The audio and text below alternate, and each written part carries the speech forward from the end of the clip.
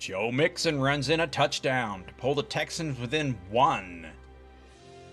It scores 12-13 in the third quarter. They end up losing 23-14. But they made the playoffs last year, the Texans, 10-7. Indy ended up 8-9. And Jaguars and the Titans trailing. But addition of Daniel Jones helped spark the Colts to overtake the Texans. Or the loss of Tunsil. Offensive line woes for Houston. How about Jacksonville? They're going to get the number 5 pick overall in the NFL draft. Hey, the Tennessee Titans got the first pick. Might get a new quarterback, Cam Ward. Upgrade there a little bit. So today we're going to look at the AFC South signings and trades and all the moves. Let's get started. Welcome into Fantasy AI. Moving on. The Texans taking some heat, though, for Tunsil trade. They traded him. And what about the Kenyon Green trade? We got trades go. And they released Shaq Mason. So questions on the offensive line. They're taking some heat. Well, they do have the 25th pick in the draft, first round. But will any of the top offensive linemen still be there by their pick? A lot of mock drafts have them taking an offensive lineman. But what will be there? All right. Well, they get Ed Ingram in from Minnesota. Former second-round pick. He's played a lot there.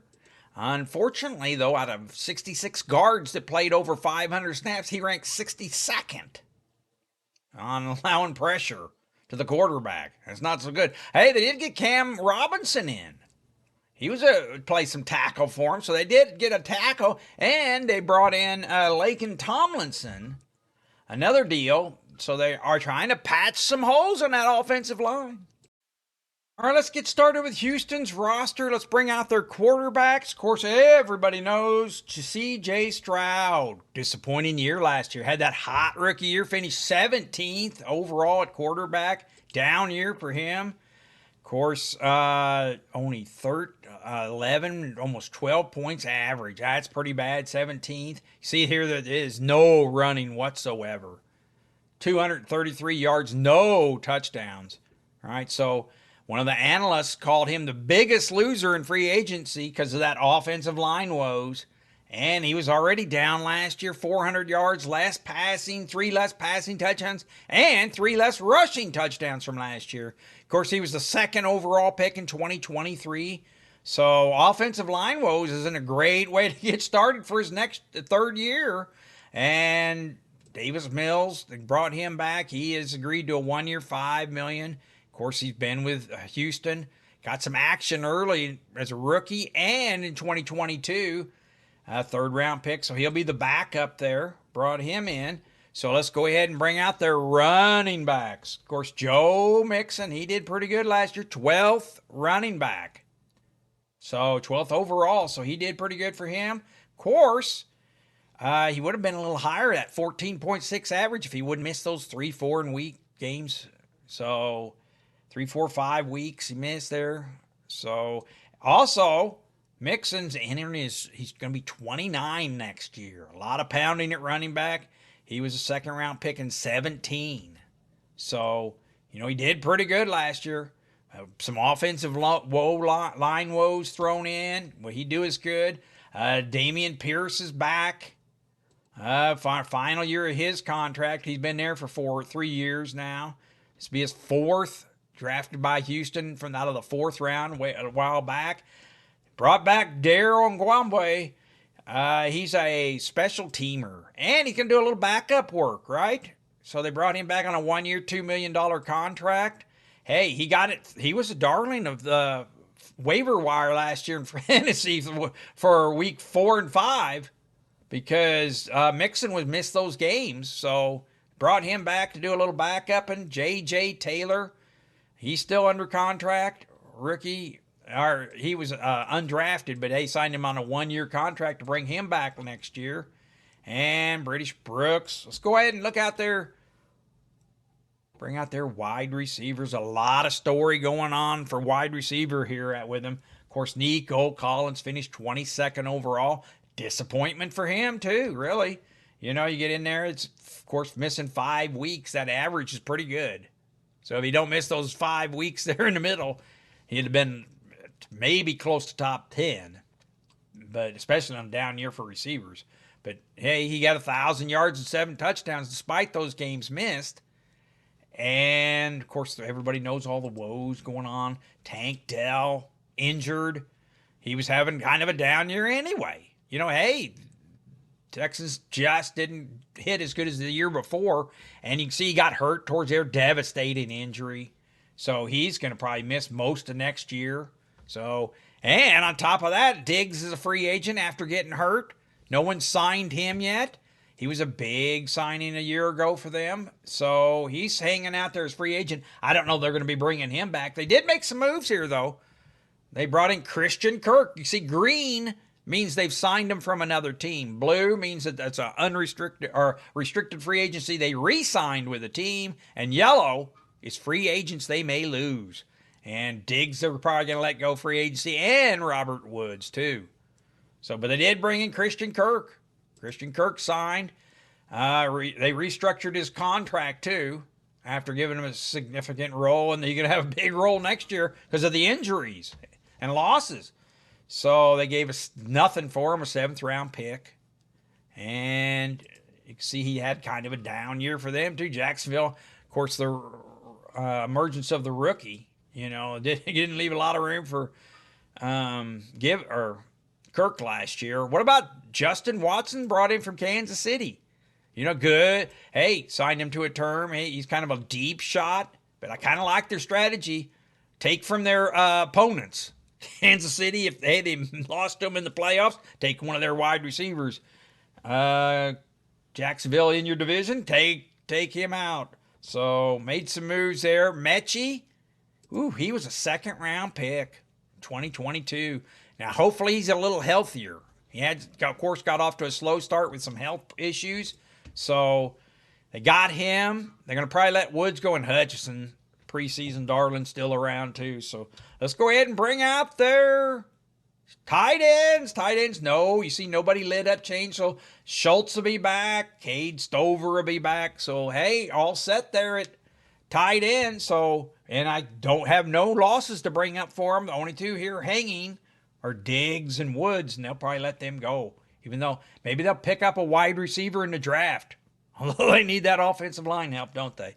So, all right, let's move on to the Colts and see how the Colts are doing, who they've signed. So let's bring out their quarterbacks. Of course, here's the big news, a quarterback. Green here's added. They added Daniel Jones. Daniel Jones from the Giants finished 27th. Of course, he played half the year. And had 8 touchdowns passing, does a little running. Even in that abbreviated game, that'd have been 500 yards and 4 touchdowns for a full season. Of course, they brought him in 1 year, $14 million deal. So did they bring him in to be the starter?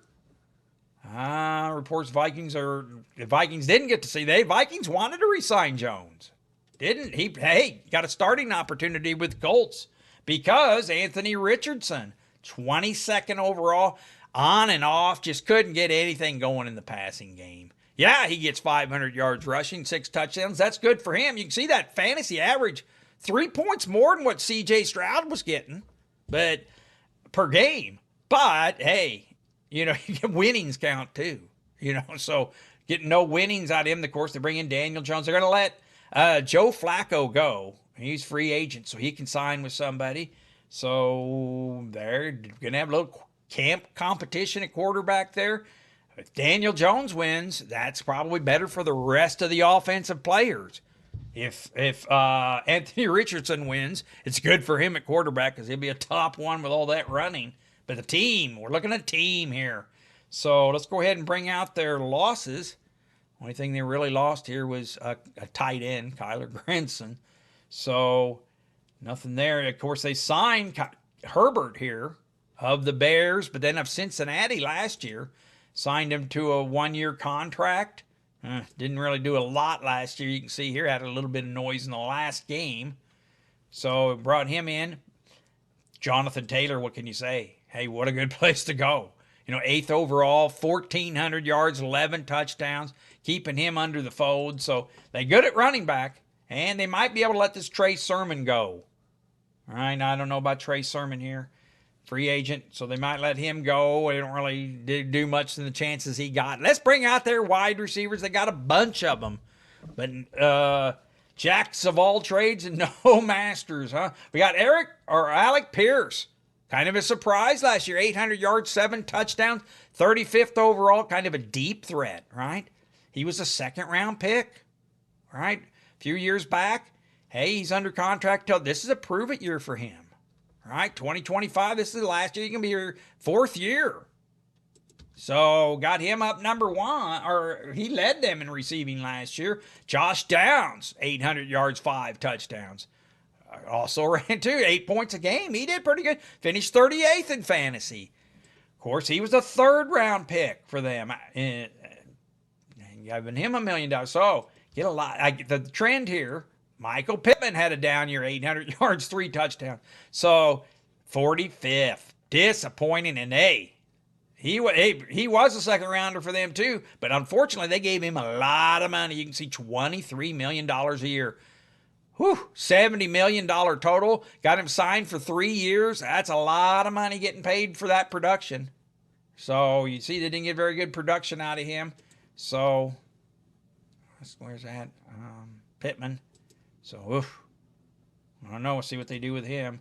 All right, and Mitchell. Look at this. Another 2nd-round draft pick for them at wide receiver. Hey, he's under contract, 27. Of course, didn't do a lot last year. 300 yards, maybe but they're depth. They got a lot of 2nd-rounders. Here's what I'm showing you. Hey, how about only action they've got is got a re-sign here with Doolin. He's a special teamer. He said the Colts or Indianapolis is home for him. He's back. All pro honors in special teamer as a returner. So he's just more of a returner. But hey, brought him back. And just Gould they got down here too. So they got a bench. Let's bring out their tight ends. They lost, of course, Granson here in tight end. He signed with the Eagles. Go play tight end with them. So how about Mo Alley Cox as a free agent? Well, Mo Alley Cox was 55th in receiving. So the deal with him, hey, he did rank 16th out of 84 tight ends at pass blocking. Or run blocking, I'm sorry. So, hey, good run blocker, but that doesn't get you many points in fantasy.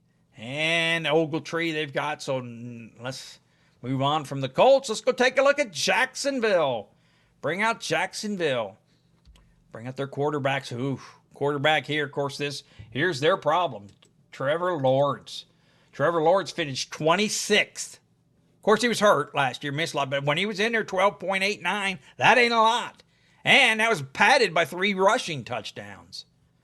So, hey, you drafted number 1 overall back in 2021. They got him under contract. That's part of the problem here is $55 million a year till 2030. You're not getting great play out of him. I mean, now they ain't getting play at all. They bring in Nick Mullins. They signed him. He is a backup, 2 years, 6.5. So no real pressure.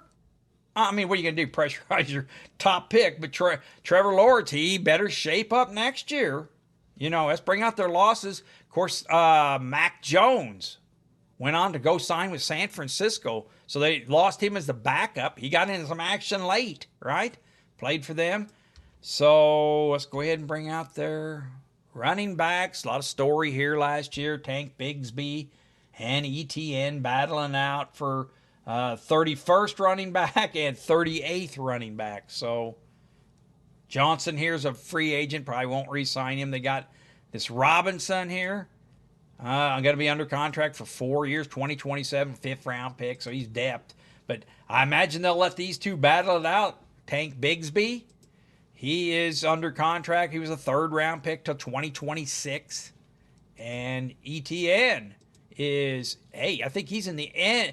Yeah, last year of his contract, 4-year contract, making $3 million. He was a 1st-round pick. So they'll let them two battle it out, see what happens there. If we get some battling out for running back, wide receiver. Of course, doesn't hurt to have Brian Thomas Jr., the number 4 right receiver overall. 1,280 yards, 10 touchdowns, catching them long balls, just kept going, right? He was a first-round pick last year, 23rd overall. They scored good with him, right?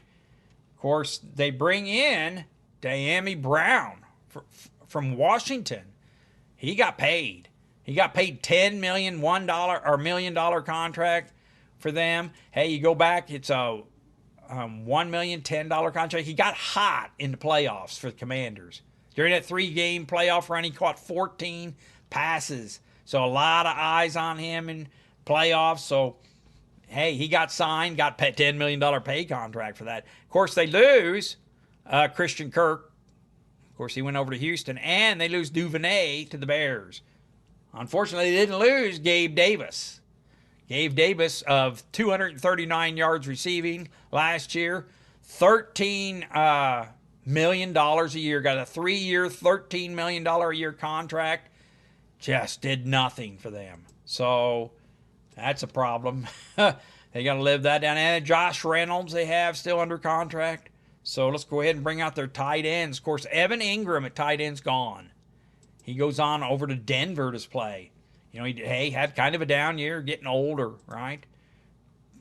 Broncos agree to terms, but he is on the wrong side of 30 and had a down year, so we'll see how good, successful he is there. Of course, Brenton Strange is why they let him go. 400 yards, 2 touchdowns.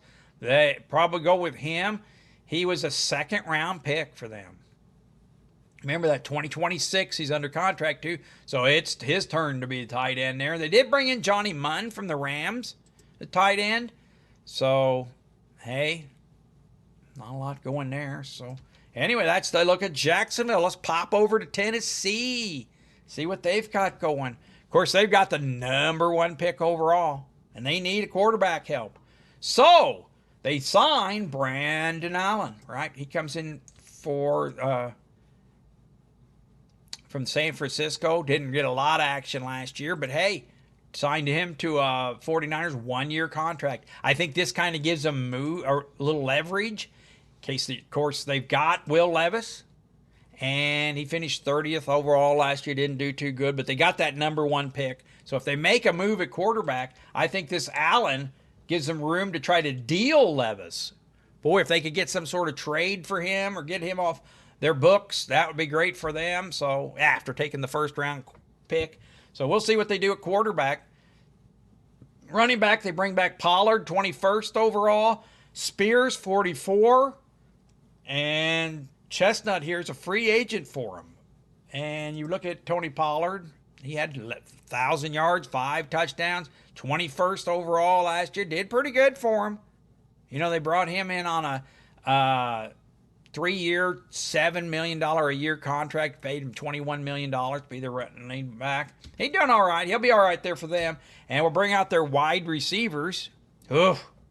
Tennessee's got problems here, and you can see number 1 problem right here is Calvin Ridley, right?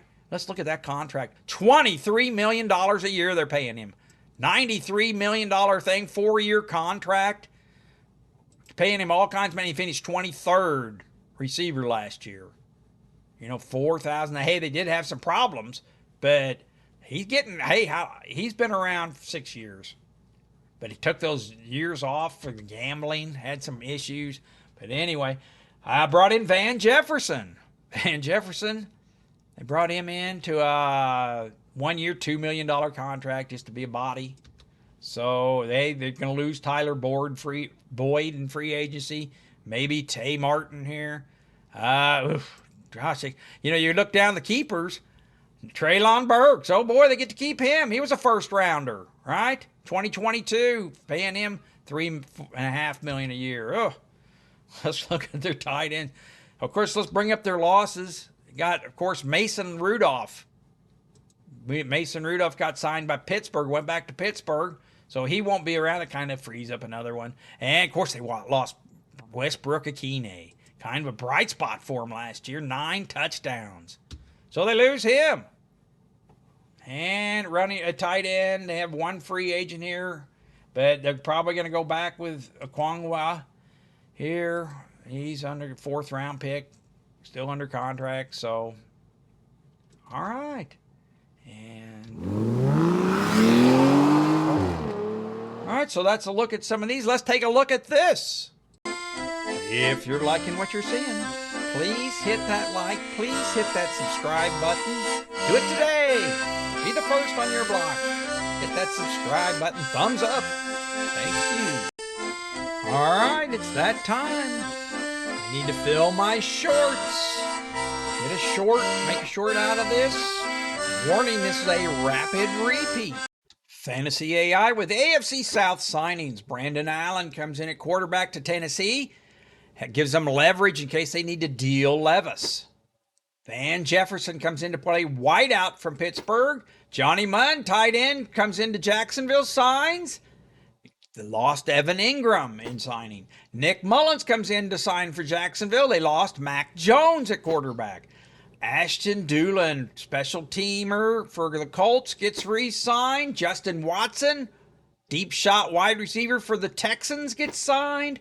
Khalil Herbert, back up for the Colts now, comes over from Cincinnati. De'Ami Brown here, 3 games hot in the playoffs, gives him a $10 million one-year prove-it contract with Jacksonville. Good money there. Christian Kirk signs with Houston over from Jacksonville. And Daniel Jones comes in to be the savior for Indy, hopefully.